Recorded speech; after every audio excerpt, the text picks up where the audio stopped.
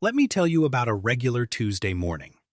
Someone sits down at their desk, grabs their coffee, opens their email, and clicks on what looks like a message from IT saying there's been a password reset. Their screen goes black. Then a red message appears. All their files are locked. Pay $200,000 in Bitcoin or lose everything forever. And the worst part? That attack took less than 30 seconds from that one click. This is episode 4 of Tech with Bels, and today we're talking about cyber attacks, what they are, how they actually work, and what you can do so you're never that person. So let's start at the beginning. Most cyber attacks involve something called malware.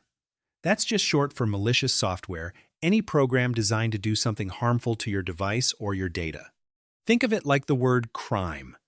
Robbery, fraud, vandalism, they're all crimes, but they work completely differently. Same with malware. Each type has its own method and its own goal. A virus is the classic one most people have heard of. It attaches itself to a normal file on your computer.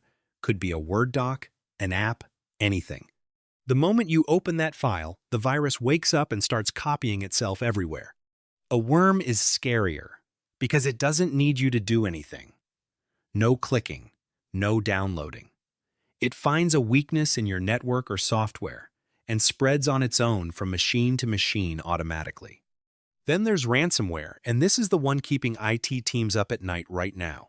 Ransomware sneaks in, locks every single file on your system so you can't open anything, and then demands payment to give you access back.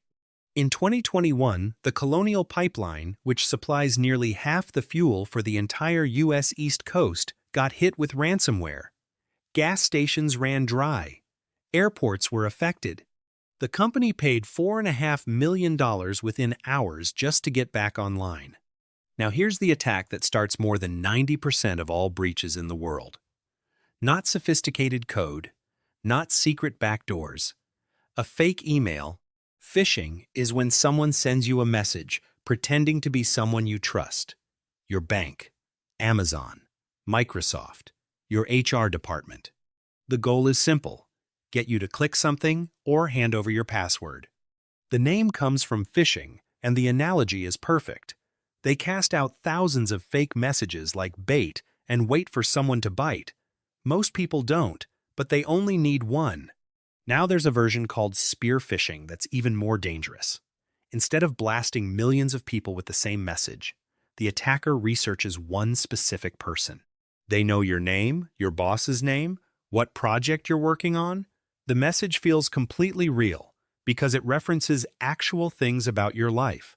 That's what makes it work. Your guard is down because it doesn't feel like an attack. It feels like a normal email from someone who knows you. Here's a concept that surprises people every time. Sometimes hackers don't touch technology at all.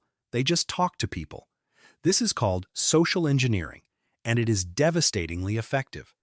Social engineering works because it exploits the way humans naturally behave.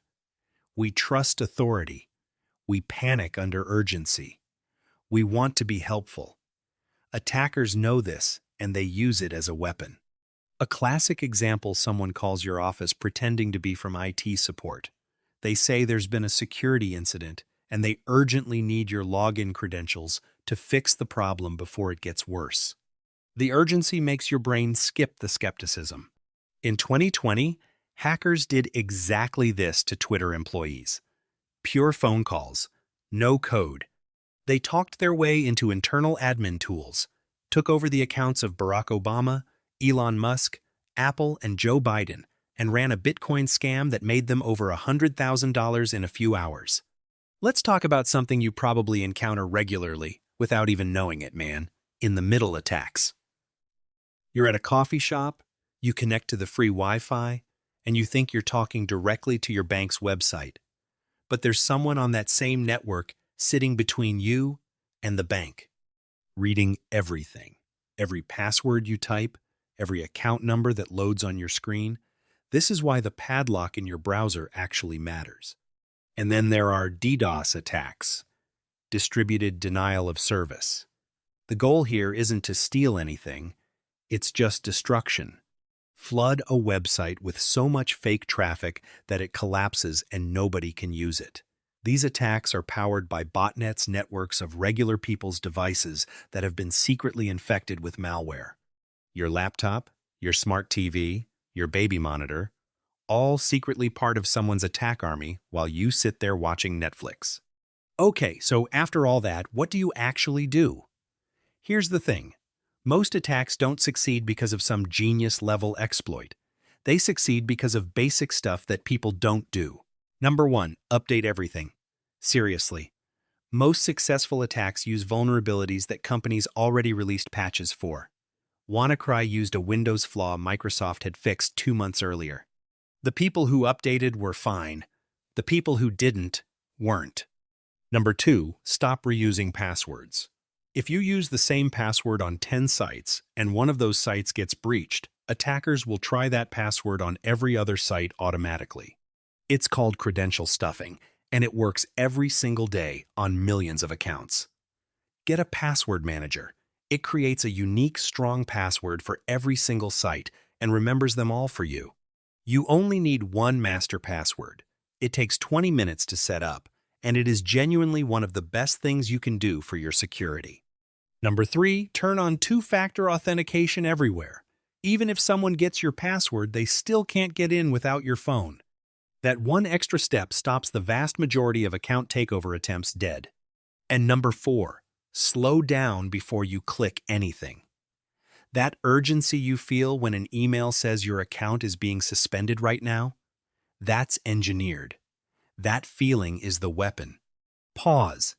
Check the sender's actual email address.